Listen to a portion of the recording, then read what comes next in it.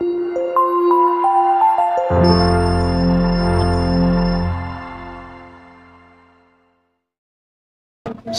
Assalamualaikum warahmatullahi wabarakatuh. Alhamdulillah, innalhamdulillah nahmaduhu wa nasta'inuhu wa nastaghfiruh wa na'udzu billahi min shururi anfusina wa min sayyiati a'malina. May yahdihillahu fala mudilla lahu wa may yudlilhu fala hadiya lahu. Asyhadu an la ilaha illallah wahdahu la syarika lah wa asyhadu anna Muhammadan abduhu wa rasuluhu la nabiyya ba'dah. Allahumma shalli wa sallim ala rasulika sayyidina Muhammadin sallallahu alaihi wasallam wa ala alihi wa ashabihi wa man tabi'ahu ila yaumil qiyamah. Ya ayyuhalladzina amanu taqullaha wa tanzur nafsum ma qaddamat lighadin wattaqullaha innallaha khabirun bima ta'malun. Masyaallah kana ma lam yasha' lam yakun. La haula wala quwwata illa billahil aliyyil azim. Bapak Ibu jamaah salat maghrib yang dimuliakan oleh Allah Ta'ala, alhamdulillah pada petang hari ini dimudahkan kembali oleh Allah hadir di majelis ilmu. Insyaallah dibukakan pintu-pintu surga untuk kita semua. Mari seperti biasa sebelum kajian kita mengawali membaca surat Al-Ikhlas, berzikir dan berselawat. Insyaallah selamat dunia dan akhirat. Kita mulai. A'udzubillahi minasyaitonir rajim. Bismillahirrahmanirrahim. Qul huwallahu ahad, Allahus samad, lam yalid wa lam yulad wa lam yakul lahu kufuwan ahad. Bismillahirrahmanirrahim. Qul huwallahu ahad, Allahus samad, lam yalid wa lam yulad wa lam yakul lahu kufuwan ahad. Bismillahirrahmanirrahim. Qul huwallahu ahad, Allahus samad, lam yalid yulad wa lam yakul lahu kufuwan ahad. Bismillahirrahmanirrahim. Qul huwallahu ahad, Allahus samad, lam yalid wa lam yulad wa lam yakul lahu kufuwan ahad. Bismillahirrahmanirrahim. Qul huwallahu ahad, Allahus samad, lam yalid wa lam yulad wa lam yakul lahu kufuwan ahad. Bismillahirrahmanirrahim. Qul huwallahu ahad, Allahus samad, lam yalid wa lam yulad wa lam yakul lahu kufuwan ahad.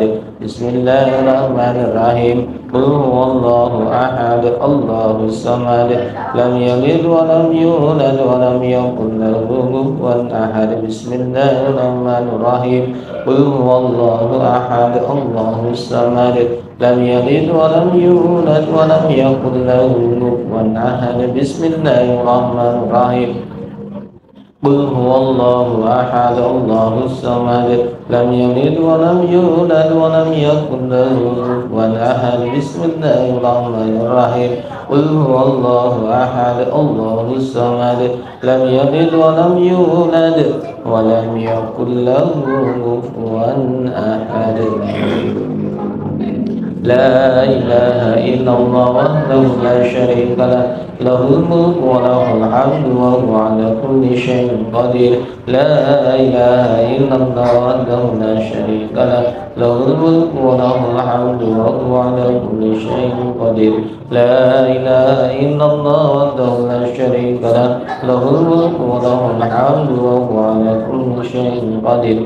La ilaha illallah wahdahu la syarika lah, lahul mulku wa lahul hamdu wa huwa ala kulli syai'in qadir. La ilaha illallah wahdahu la syarika lah, lahul mulku wa lahul hamdu wa huwa ala kulli syai'in qadir. La ilaha illallah wahdahu la syarika lah, lahul mulku wa lahul hamdu wa huwa ala kulli syai'in qadir. La ilaha illallah wahdahu la syarika lah, lahul mulku wa lahul hamdu wa huwa ala kulli syai'in qadir. La ilaha illallah wahdahu la syarika lah, lahul mulku wa lahul hamdu wa huwa ala kulli syai'in qadir. La ilaha illallah wahdahu la syarika lah, lahul mulku wa lahul hamdu wa huwa ala kulli syai'in qadir. La ilaha illallah wahdahu la syarika lah, lahul mulku wa lahul hamdu wa huwa ala kulli syai'in qadir. Allahumma salli ala Sayyidina Muhammad wa ala ali Sayyidina Muhammad wa sallaita ala Sayyidina Ibrahim wa ala ali Sayyidina Ibrahim wa barik ala Sayyidina Muhammad wa ala ali Sayyidina Muhammad kama barakta ala Sayyidina Ibrahim wa ala ali Sayyidina Ibrahim fil alamin innaka Hamidum Majid. Allahumma salli ala Sayyidina Muhammad wa ala ali Sayyidina Muhammad kama sallaita ala Sayyidina Ibrahim wa ala ali Sayyidina Ibrahim wa barik ala Sayyidina Muhammad wa ala ali Sayyidina Muhammad kama barakta ala Sayyidina Ibrahim wa ala ali Sayyidina Ibrahim fil alamin innaka Hamidum Majid. Allahumma salli ala Sayyidina Muhammad wa ala ali Sayyidina Muhammad kama sallaita ala Sayyidina Ibrahim wa ala ali Sayyidina Ibrahim wa barik ala Sayyidina Muhammad wa ala ali Sayyidina Muhammad kama barakta ala Sayyidina Ibrahim wa ala ali Sayyidina Ibrahim fil alamin innaka Hamidum Majid. Al-Fatihah. A'udzu billahi minasyaitonir rajim. Bismillahirrahmanirrahim. Alhamdulillahi rabbil alamin arrahmanir rahim maliki yaumiddin. Iyyaka na'budu wa iyyaka nasta'in. Ihdinas siratal mustaqim. Siratal ladzina an'amta 'alaihim ghairil maghdubi 'alaihim waladdallin. Amin. Ya Allah, bangunkanlah istana di surga ya Allah untuk kami semua. Berikanlah pahala yang berlipat ganda, gugurkanlah dosa-dosa, tinggikanlah derajat semuanya. Berikanlah ya Allah rizki yang banyak, berkah dan berlimpah. Berikanlah pertolongan dan perlindungan dari gangguan syaitan yang terajam dan kejahatan makhluk mulainya. Berikanlah syafaat kepada kami kelak ya Allah di yaumul qiyamah, dengan rahmat menjadikan kami semua menjadi ahli jannah. Amin amin ya rabbal alamin. Walhamdulillahi rabbil alamin.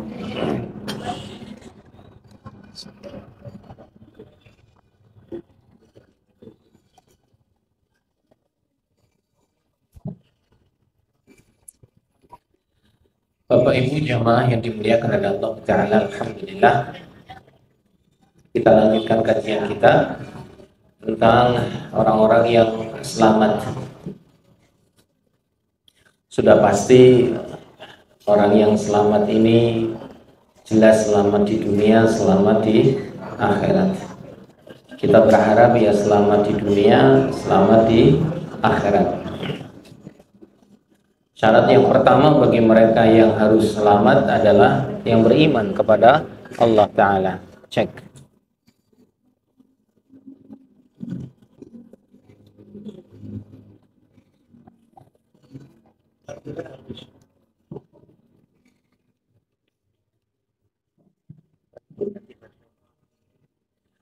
Syarat yang pertama agar kita selamat dunia akhirat adalah beriman kepada Allah Ta'ala. Yang kedua kemarin kita sudah bahas, yaitu orang yang menjaga salatnya. Karena dari Nabi SAW, barang siapa yang menjaga salatnya, maka kelak dia akan mendapatkan cahaya, petunjuk dan keselamatan. Dan barang siapa yang tidak menjaga salatnya, dia tidak akan mendapat petunjuk, tidak mendapatkan cahaya, dan tidak mendapatkan keselamatan. Bahkan kelak akan dikumpulkan bersama dengan Fir'aun, Haman, Qarun, dan Ubay bin Khalaf. Ini yang kedua. Nah, yang ketiga jamaah yang dimuliakan Allah, orang-orang yang selamat dunia hingga akhirat adalah mereka orang-orang yang siddiq, orang-orang yang jujur. Orang-orang yang siddiq, orang-orang yang jujur ini memang memiliki predikat istimewa di sisi Allah Ta'ala. Karena orang-orang ini adalah orang-orang yang menjaga keimanannya dan istiqomah di jalan Allah Ta'ala hingga wafatnya. Jujur tetap mengimani Allah Ta'ala, jujur dalam setiap sikap dan perbuatannya. Saya ulangi ya, jujur dalam seluruh sikap dan perbuatannya, ya bicaranya, ya perbuatannya, ya seluruhnya termasuk hatinya, itu jujur. Nah, orang yang jujur ini orang-orang yang digelar as-sidik. Kelak di hari kiamat, kata Nabi, ada sahabat-sahabat yang diberi oleh Allah Ta'ala keistimewaan membawa bendera-bendera dan diikuti oleh orang-orang yang memiliki kesamaan. Karena disebutkan Abu Bakar As-Siddiq radhiyallahu an, beliau telah membawa bendera yang berkibar dan ada tulisannya Siddiq, dan orang-orang yang mengikutinya adalah orang-orang yang Siddiq, orang-orang yang jujur. Memang orang-orang yang jujur ini orang-orang yang mendapatkan kedudukan yang tinggi. Hari ini di akhir zaman mencari orang yang jujur sulit, sangat-sangat sulit. Jujur terhadap orang lain susah. Bahkan kadang jujur pada dirinya sendiri pun juga sudah susah. Sama dirinya nggak jujur, sama orang lain nggak jujur. Cari orang yang jujur di akhir zaman memang susah, sulit. Meskipun demikian ya pasti ada. Dan kebalikan dari orang yang jujur adalah orang yang dusta, orang yang suka melakukan kedustaan. Bahkan ada janji dari Rasulullah SAW, barang siapa yang meninggalkan kedustaan, saya ulangi, barang siapa yang meninggalkan kedustaan, meskipun sedang bercanda, meskipun hanya dengan bercanda, maka Allah akan ganti dengan istana di surga. Saya ulangi ya, barang siapa yang meninggalkan kedustaan, meskipun dia sedang bercanda, Allah akan bangunkan istana di surga untuknya. Ini menunjukkan kedudukan mulia orang yang jujur, orang yang meninggalkan kedustaan. Bahkan dalam guyon pun dia menghindari dusta. Jadi nek guyon ki orang ngapusi. Padahal jenenge guyon ki ya sering ngapusi. Wong kanggo nyenengke sing dijak guyon. Maka stand up komedi itu mereka hampir banyolanya itu dusta. Yang membuat cerita yang direkayasa atau ngarang saja. Aslinya enggak demikian. Biar orang lain ketawa atau terhibur. Maka para komedian-komedian yang memang mereka profesinya semacam ini sering berdusta dalam bercanda, dikhawatirkan dalam kehidupan nyata juga akan mudah berdusta. Jadi ngapusi pas guyon, nah pas ora guyon yo iso ngapusi. Kita susah ndi ngapusi pas guyon apa ngapusi pas ora guyon? Sing angel sing ndi? Ya ngapusi pas pas ora guyon ya. Makanya orang ngapusi itu paling banyak orang sedang guyon. Ya, sedang guyon itu sedang ya sesuatu yang ringan-ringan lah. Padahal ini sangat-sangat ditekankan oleh Nabi SAW untuk dijauhi. Maka apabila kita mampu menjauhi dusta, bahkan sedang bercanda, Allah akan ganti dengan istana di surga. Ya banyaklah contoh-contohnya. Kalau sekarang istilahnya ya ngeprank gitu ya. Orang diprank, diapusi, dibodohin kan gitu. Aslinya ya nggak gitu. Tapi hanya demi untuk konten, demi untuk mendapatkan viewers, untuk mendapatkan ya secuil uang dari apa yang dia upload. Padahal aslinya tidak demikian. Nah ini berbahaya luar biasa. Jamaah yang dimuliakan oleh Allah Ta'ala, maka usahakan kita menjadi orang-orang yang sidik ya. Butuh perjuangan, butuh usaha maksimal. Karena memang orang-orang yang sidik ini orang-orang yang luar biasa ujiannya. Rasulullah SAW dikenal ya, seorang Nabi dan Rasul yang paling istimewa, digelari Al-Amin sebelum beliau diangkat menjadi Nabi dan Rasul. Gelar Al-Amin ini bukan gelar biasa saja, tapi ini gelar yang luar biasa di zaman jahiliyah.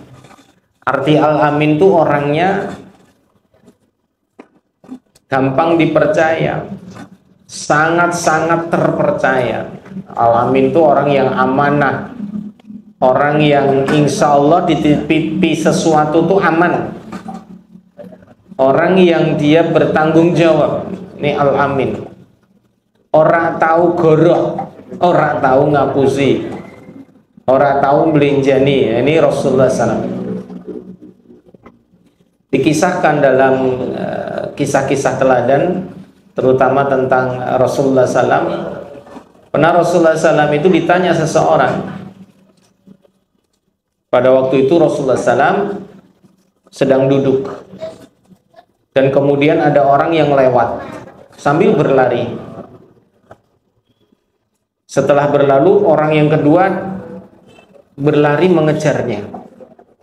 Nah, Rasulullah tahu bahwa yang lari pertama ini sepertinya orang yang sedang dikejar oleh orang yang kedua. Nah, orang yang kedua ini ternyata punya niat buruk. Punya niat buruk. Kemudian orang kedua ini bertanya kepada baginda Nabi, kepada Rasulullah. Pertanyaannya, apakah kamu tadi lihat orang yang berlari di sini? Apakah kamu tadi lihat ada orang lewat di sini? Kira-kira jawaban Rasulullah, iya atau tidak? Kalau Rasulullah bilang iya, berarti nyawa dia terancam. Betul? Kalau bilang tidak, berarti Rasulullah apa? Hah? Berdusta, ngapusi. Ini kisah-kisah teladan Nabi SAW. Ternyata Rasulullah SAW, beliau menjawab dengan gerakan yang luar biasa. Mohon maaf ya, saya contohkan. Jadi beliau pada saat itu, contoh saja, sedang duduk bersila.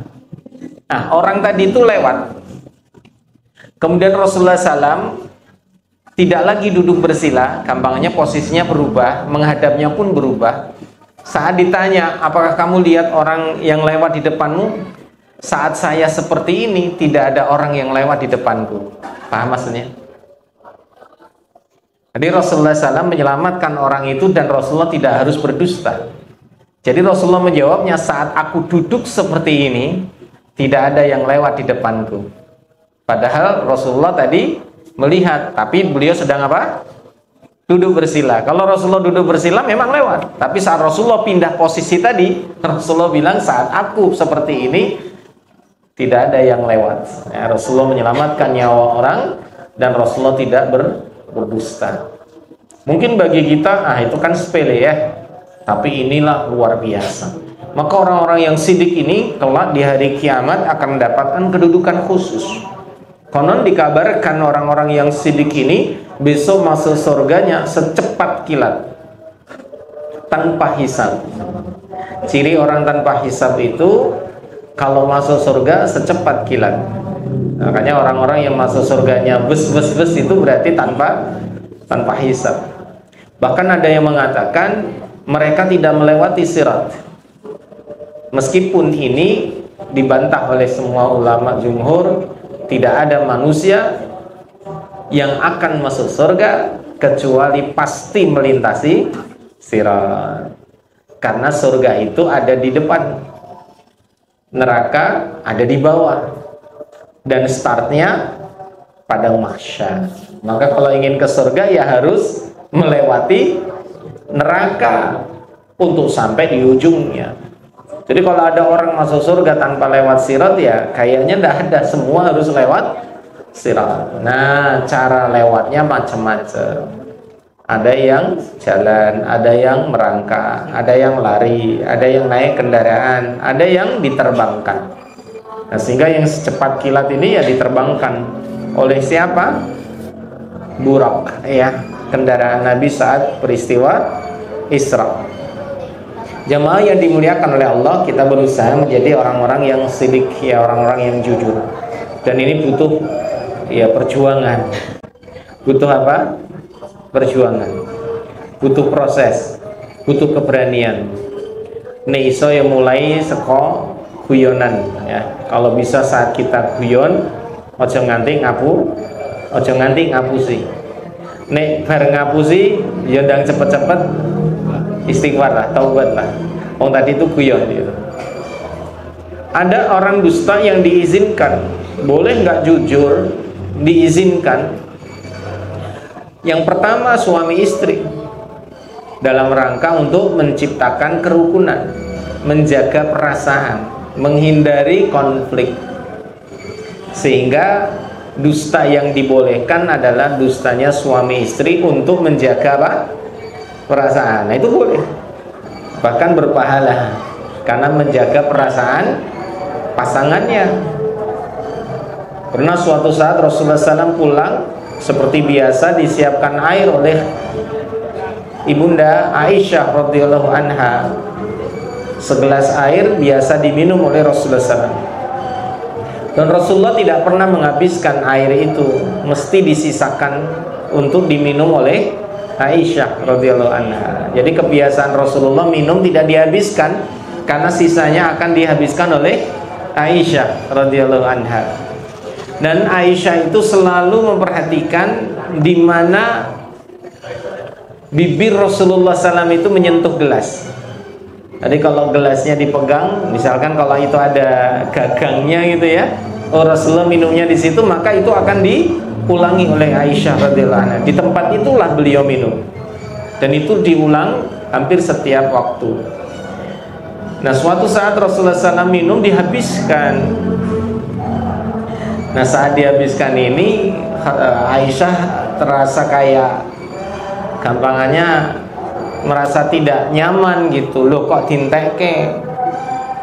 Suuzonnya Aisyah pertama, jangan-jangan Rasulullah kehausan sampai entek.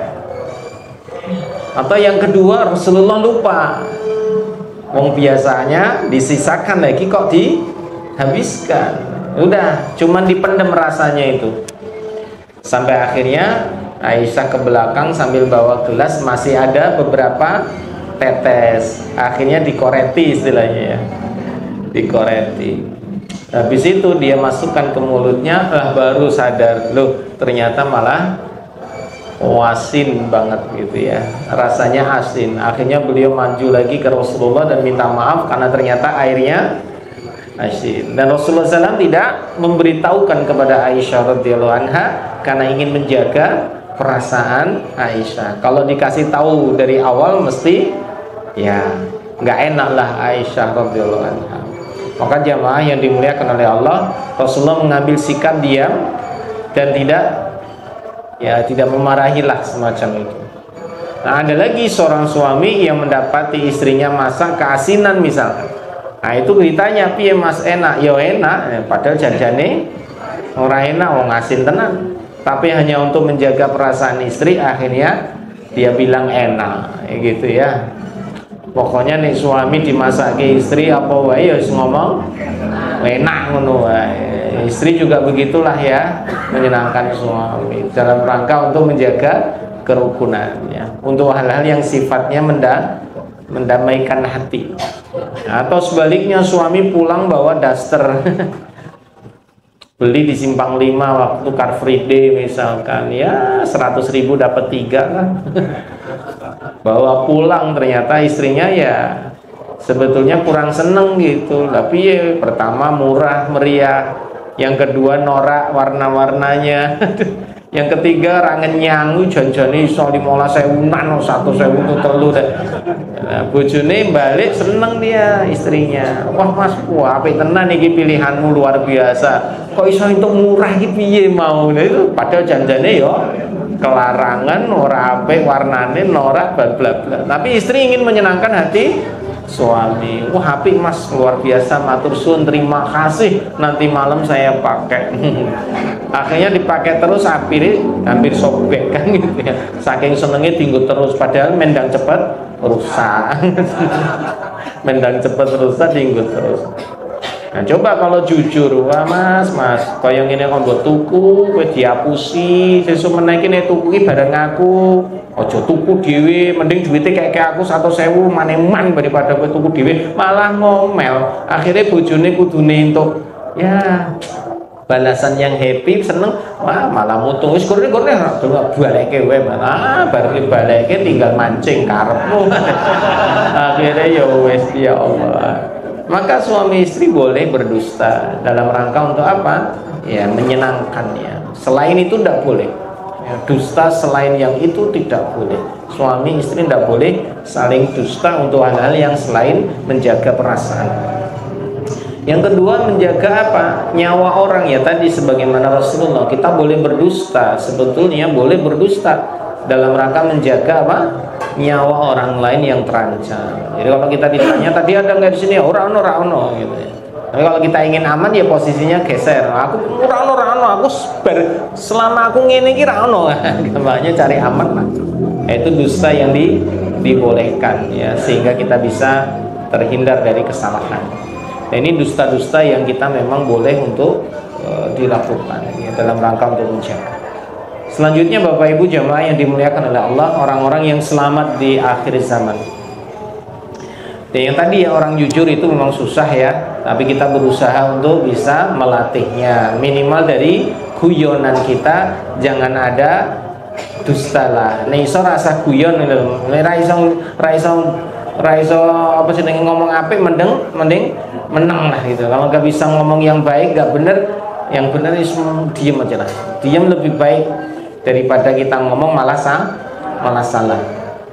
Karena kata Nabi SAW ada dua ya yang biasa menggelincirkan orang ke dalam neraka, yaitu satu di antara dua rahang ya, yang kedua di antara dua paha. Jadi kemaluan dan mulut ini paling banyak menjerumuskan orang ke dalam neraka. Maka sebaliknya, siapa yang bisa menjaga, insya Allah dia akan selamat dari api neraka. Nah, mulut ini atau lidah kita ini yang memiliki banyak fungsi. Ada fungsi makan, ada fungsi bicara ya. Fungsi makan jelas harus dipakai buat makan yang baik-baik, makan dengan cara yang baik, yang halal, yang thayyib gitu.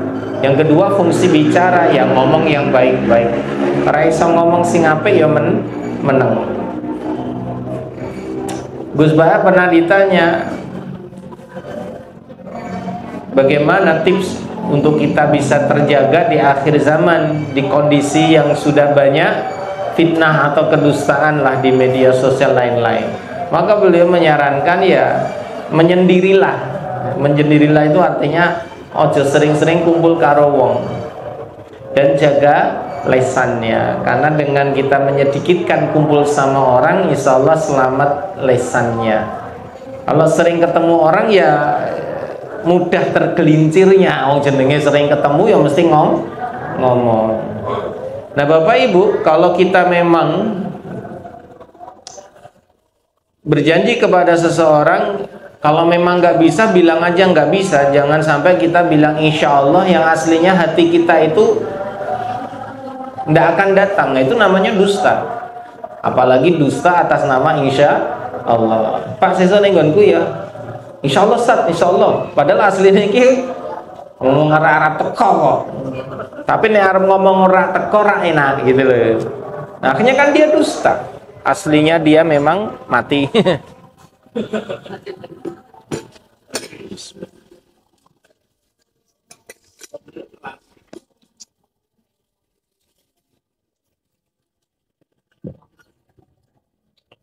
Makasih. Tekan Timo.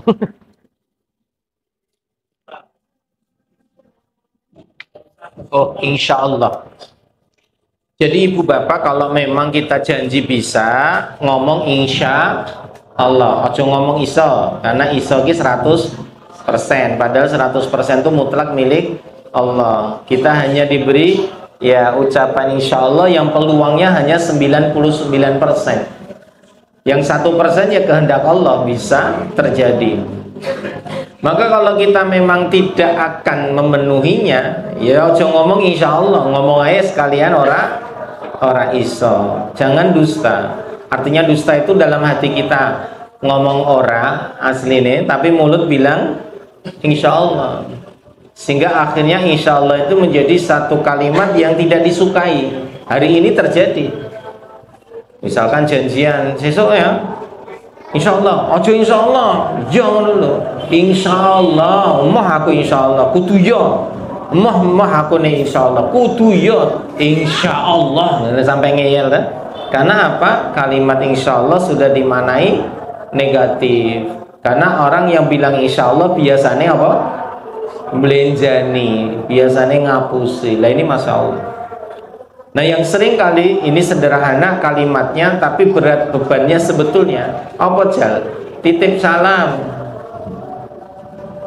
ya, oke insya Allah. Aku ini kita memang nggak ketemu, mending aduh jangan deh, aku jarang ketemu, jangan titip salam, saya jarang ketemu sama beliaunya gitu. Maka bilang aja nggak bisa dititipi salam gitu. Nah, seringkali itu hal yang remeh temeh, yang sederhana tapi konsekuensinya besar itu. Mas minta tolong ya, nanti kalau ketemu salam dari Pak Farid gitu ya. Oke Tat, insya Allah. Padahal nggak tahu ketemu. Wah ketemu nih yo, wah angel iki wong bocah ini seneng Kalimantan nih piye. Kecuali cek duit nomornya. Tadi ya saya ketemu, tadi dapat salam dari Ustaz, dari Pak Farid. Nah itu baru. Kalau memang enggak bilang aja enggak. Apa susahnya bilang enggak. Lebih baik ngomong dan itu tidak disukai, artinya ya jujur tidak disukai. Jangan sampai kita ngapusi hanya demi menyenangkan orang lain, dan itu konteksnya bukan menjaga perasaan tadi ya. Mendingan kita hindari hal-hal yang sifatnya dusta. Ini berat, maka konsekuensinya kalau orang itu berdusta ya berat ke neraka. Orang yang baik, yang cenderung dia syidik, insya Allah dia akan mendapatkan kedudukan yang istimewa, masuk dalam surganya Allah Ta'ala. Moga-moga kita semuanya bisa menjadi orang-orang yang sidik. Amin, Allahumma amin. Yang kedua, yang berapa ini ya? Keempat ya. Orang-orang yang selamat insya Allah adalah orang-orang yang gugur sebagai syuhada. Nah di akhir zaman ini banyak orang-orang yang berjuang di jalan Allah. Orang-orang yang berjuang di jalan Allah dengan berbagai cara.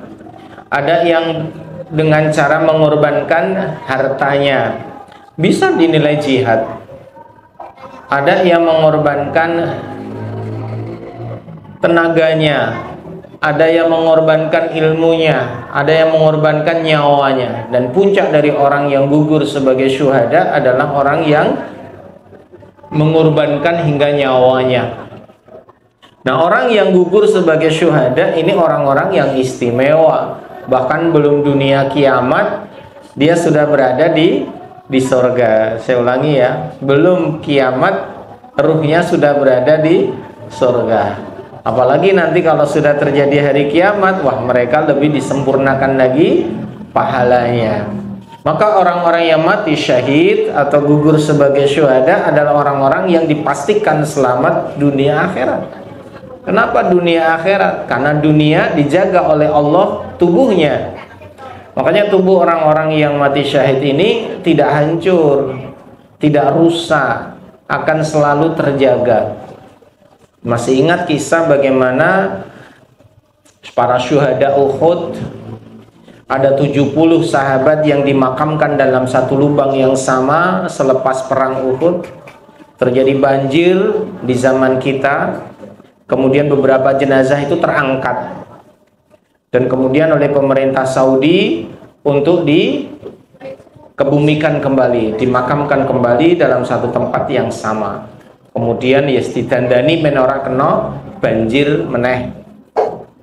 Nah ternyata pada saat mereka menyelamatkan jasad dari para syuhada Uhud ini, mereka kagum, terkejut dan mereka benar-benar mengerti apa yang dijanjikan Allah dan Rasulnya ternyata benar, bahwa mereka ini sejatinya tidak mati tapi mendapatkan rizki dari sisi Allah Ta'ala. Jasadnya dijaga, ruhnya pun dikasih rezeki. Nah, jasad-jasad syuhada Uhud ini masih utuh. Ada yang mengangkat itu sampai terkejut ya, anget badannya, jadi kayak orang lagi tidur. Terus darahnya masih mengucur. Ada satu sahabat namanya Abdullah bin Jahsy radhiyallahu an. Nah, Abdullah bin Jahsy ini telinganya putus, diikat sama benang. Kemudian tangannya ini menutup luka yang berdarah. Kalau tidak salah di pelipisnya. Nah, saat pelipisnya ini dibuka, ya tangannya itu darahnya ngucur terus. Tangannya balik lagi nutup. Nah, saat dikembalikan lagi, darahnya netes lagi. Makanya dikembalikan lagi. Artinya yang balik dewi lah, nutup sendiri. Nah, ini kisah bagaimana Allah memang menjaga tubuh-tubuh para syuhada. Termasuk juga dikenali tidak hanya Abdullah bin Jahsy, karena memang dikenali dengan telinganya yang putus, yaitu Hamzah bin Abi Thalib yang dadanya terbuka karena dibedah oleh Wahsy dan jantungnya pun dimakan oleh Hindun. Nah, ini semuanya masih terasa hangat ya, darah pun masih bisa menetes padahal sudah ribuan tahun, nah artinya 1000 tahun lebih ya. Ini bagaimana orang-orang yang mati syahid ini Allah jaga mereka selamat dunia, selamat di akhirat. Udah pastilah selamat sampai di akhirat. Maka kita berharap banget bisa menjadi ya mujahid lah, setidaknya apa yang kita bisa berikan di jalan Allah Ta'ala, apa yang bisa kita berikan untuk jalan Allah Ta'ala.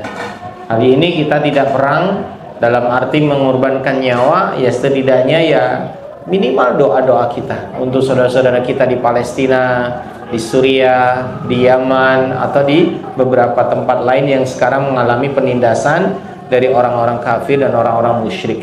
Setidak-tidaknya doa-doa kita panjatkan. Moga-moga kita bagian dari mereka insya Allah. Tidak terbebani dosa akhir zaman, di mana kita tidak peduli kepada saudara-saudara kita yang lainnya.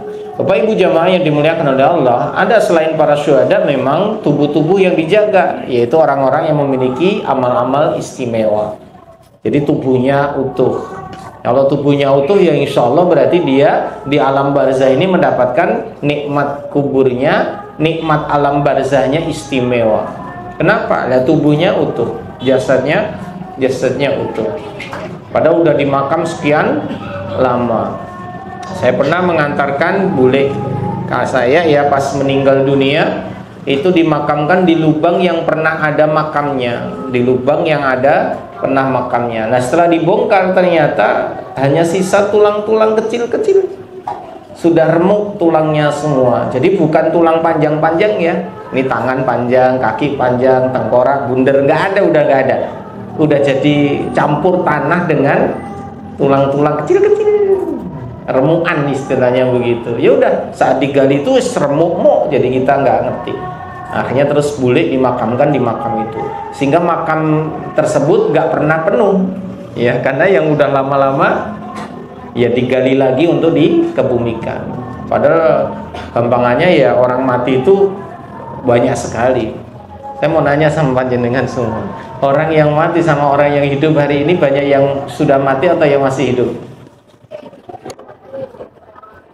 Saya mau nanya nih, ini hari ini di dunia itu 8 miliar loh. Manusia itu udah 8 miliar. Kira-kira yang mati, yang sudah mati sama yang masih hidup hari ini 8 miliar, banyak yang sudah mati atau masih hidup? Banyak yang sudah mati ya. Tapi orang kebak-kebak kuburannya. Itu luar biasa. Saya kemarin menghadiri pemakaman tetangga. Nah, di situ ada aturan. Jadi kuburan itu boleh ditumpuk lagi minimal 7 tahun. Jadi kalau udah 7 tahun, maka boleh ditumpuk lagi. Gampangannya ya, kalau ada tulang ya tinggal tulang begitu. Itu ada aturan di sana minimal 7 tahun. Sehingga kalau ada yang kehendak misalkan itu istrinya pernah meninggal, suaminya udah wasiat, nanti aku kalau mati pingin satu lubang dengan istri. Ya itu tadi, kalau matinya memang lebih dari 7 boleh, artinya begitu. Kalau belum ya jangan, maka di sebelahnya atau seperti apa. Nah ini contoh saja, di beberapa tempat itu kadang-kadang ada kebijakan tertentu ya tentang kubur, ya tentang kubur. Nah kalau di Saudi itu kalau di Saudi di makam baki terutama itu setiap 4 tahun sekali itu diambil. Jadi jenazahnya yang sudah ada di situ diambil untuk diisi yang baru. Jadi makam baki itu tidak pernah penuh. Padahal jamaah haji, jamaah umroh itu setiap hari berapa itu? Yang meninggal hampir setiap hari itu, wah adalah. Awang kita itu sholat jenazah setiap habis sholat fardu. Jadi kalau setiap sholat fardu habis itu sholat jenazah, yang mati kan banyak. Kalau di Madinah atau di kota sucinya Nabi, ya mati ya di Baki. Nah Baki kan penuh akhirnya. Nah ternyata ada kebijakan dari Saudi, pemerintah kerajaan, setiap 4 tahun jenazah-jenazah itu diambil. Nah cuman sampai sekarang kok tidak ada yang mungkin mengulas, ya saya juga tidak mendapatkan data yang valid. Jenazah itu dipindah kemana nggak ada yang tahu. Jadi dipindah dikubur nengdi nggak ada yang tahu. Ya pokoknya ngertinya dibongkar, terus dibawa kemana nggak ada yang tahu. Lagian kalaupun dibawa nggak ngerti wong iki ora ana jenenge, kan nggak ada nama-namanya gitu ya. Nah, tapi ada kebijakan di Saudi, terutama di kota suci Mekah itu, kalau jenazahnya itu masih utuh, ya maka tidak diambil, tetap di situ. Jadi kalau jenazahnya ternyata masih utuh, tidak akan dipindahkan. Ini untuk memberikan penghormatan kepada jenazah yang memang memiliki keistimewaan. Ya, contoh saja yang Mbah Maimun Zubair, beliau seorang ulama luar biasa yang banyak memberikan pengajaran lah selama hidupnya, dan cintanya kepada Rasulullah SAW dan keluarga ahli baitnya luar biasa. Nah saat itu memang Mbah Maimun Zubair ini jasadnya mau dipindahkan. Nah ternyata setelah dibongkar jasadnya masih utuh. Bahkan ada kayak kisah yang memberitahu baunya juga wangi. Akhirnya nggak jadi dipindah ya tetap. Makanya Mbah Maimun Zubair makamnya tetap di Mahla dekat sama Ibunda Khadijah radhiyallahu anha. Maka banyak jamaah-jamaah haji atau umrah yang menyempatkan ziarah ke makam beliau Mbah Maimun Zubair. Nah ini orang-orang yang jasadnya diselamatkan Allah Ta'ala di dunia, maka bisa dipastikan dia di alam barzah mendapatkan nikmat sebagaimana nikmat di surga, ya mencicipilah. Nah ini orang-orang yang istimewa. Moga-moga kita semua besok dijaga oleh Allah Ta'ala juga ya. Amin Allahumma amin. Maka kalau bisa ya punya amalan-amalan lah yang ikhlas lillahi ta'ala, terutama berjuang di jalan Allah, menjadi para syuhada. Kalau kita ndak, ya minimal anak-anak keturunan kita ya. Moga-moga ada yang memiliki keistimewaan kedudukan yang seperti itu. Yang ketiga, yang keberapa lah catat aja. Berikutnya adalah orang-orang yang salih. Orang-orang yang salih. Nah orang yang salih ini bisa kita semua insya Allah. Karena orang-orang yang salih ini orang-orang yang pandai, yang dia mampu senantiasa beramal saleh. Dia orang-orang yang cerdas, yang senantiasa beramal untuk kehidupan setelah kematiannya. Maka orang-orang saleh ini insya Allah selamat dunia, selamat akhirat. Selamat dunia, selamat akhirat, yaitu orang-orang yang saleh. Kelak Bapak Ibu pada saat sakaratul maut, orang-orang kafir itu akan berkata kepada malaikat maut, ya akan minta untuk ditunda kematiannya agar dia bisa hidup lagi dan beriman. Ada lagi agar dia bisa hidup lagi dan beramal soleh. Jadi yang mereka inginkan hanya untuk bisa beramal soleh, tapi ternyata tidak bisa. Orang mati ya sudah akan melanjutkan perjalanan. Mati tidak bisa kembali. Orang mati nggak bisa kembali. Ada kisah namanya Bani Najjar. Kalau bukan Bani Najjar ya, An-Najjar. Itu beliau ada pemuda yang berdakwah lah pada kaumnya. Ada nabi yang diutus kepada satu kaum. Nah kaumnya ini menolak kaumnya ini apa namanya ya, malah membuli Nabi yang diutus oleh Allah, menolak seruannya, bahkan memberikan julukan-julukan yang buruk lah kepada Nabi. Ya kayak Rasulullah dulu dianggap orang gila gitu ya, dianggap pemecah belah kaum yang ada di Jazirah Arab dan seterusnya. Nah, pemuda ini teriak kepada kaumnya agar mengikuti orang ini soleh, orang ini baik, tolong ikuti dia. Nah, akhirnya pemuda ini dianggap rese sama kaumnya, dibunuh Bapak Ibu. Akhirnya mati. Dan Allah utus berikutnya pemuda lagi untuk dikasih hidayah dan menyeru kembali. Begitu juga. Nah, akhirnya sampai 3 kali pemuda-pemuda ini dibunuh. Nah, ternyata pemuda-pemuda ini dibunuh, ternyata di alam barzah itu mendapatkan nikmat kubur yang luar biasa. Padahal hanya cuman menyeru kepada kaumnya, tolong ikuti siapa? Nabi ini orang baik, ini orang soleh. Ikuti saja dia, pasti selamat lah, gampangnya begitu. Dia menjadi dai lah, penyeru gitu. Nah, ternyata malah dibunuh. Akhirnya dia masuk ke alam barzah dan mendapatkan nikmat kubur. Nah, akhirnya beliau mengatakan orang-orang ini, ya Allah, seandainya kaumku itu tahu sampai gitu. Seandainya kaumku itu tahu bahwa nikmat kubur itu ada dan Allah beri balasan ganjaran, niscaya mereka akan mengikuti orang itu. Siapa? Ya Nabi itu. Nah, cuman kaumnya adalah orang-orang yang bodoh. Kaumnya adalah orang-orang yang zalim, yang mereka malah mendustakan para nabi dan para rasul. Nabi dan rasul itu jumlahnya 124.000 Bapak Ibu, sangat banyak. Otomatis kaumnya berarti juga banyak. 313 diantaranya itu rasul-rasul Allah Ta'ala, yang untuk dikenal dan dihafal ya 25 nabi dan rasul. Meskipun juga ada nabi-nabi yang kita kenal tapi tidak masuk jajaran 25 nabi. Ada Nabi Khidir, Nabi Uzair, Nabi Samun dan lain-lain ya. Ada lagi Nabi siapa itu, Daniel, itu namanya macam-macam. Itu para nabi dan rasul itu jumlahnya banyak. Namun yang kita kenal sangat sedikit. Nah, semua nabi dan rasul punya misi yang sama, mengajak kaumnya untuk mengesahkan Allah, menyembah Allah, mentauhidkan Allah. Nah, ada yang nggak mau, ada yang mau. Nah, yang mau ya selamat, yang nggak mau ya enggak. Nah, orang-orang yang beramal soleh inilah yang insya Allah dijamin masuk surga, yang mendapatkan balasan yang istimewa. Bahkan Bapak Ibu, orang-orang soleh ini nanti di hari kiamat diizinkan oleh Allah untuk memberi syafaat, sebagaimana orang-orang yang sidik dan orang-orang yang mati syahid. Makanya insya Allah kalau kita orang saleh, Allah izinkan kita untuk memberi syafaat.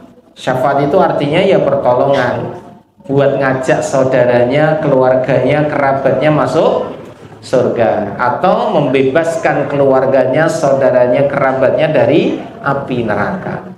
Wis melebu dijikuk atau dijak melebu swarga bareng-bareng. Nah, itu orang-orang yang mendapatkan keistimewaan syafaat. Moga-moga kita menjadi orang-orang yang saleh semuanya. Insya Allah kita lanjutkan di pertemuan berikutnya karena sudah masuk waktu Isya. Apa yang kita pelajari hari ini moga-moga menjadi sebuah semangat untuk kita terus berkembang dan bertumbuh, orang-orang yang beriman dan bertakwa, berjuang di jalan Allah Ta'ala. Semoga Allah jadikan keluarga kita sakinah mawaddah warahmah, menjadikan anak-anak keturunan kita soleh solehah, kelak semuanya husnul khatimah dan menjadi ahlul jannah. Rabbana atina fid dunya hasanah wa fil akhirati hasanah wa qina adzabannar wadkhilna jannata mal abrar ya aziz ya ghafar ya rabbal alamin walhamdulillahi rabbil alamin. Assalamualaikum warahmatullahi wabarakatuh.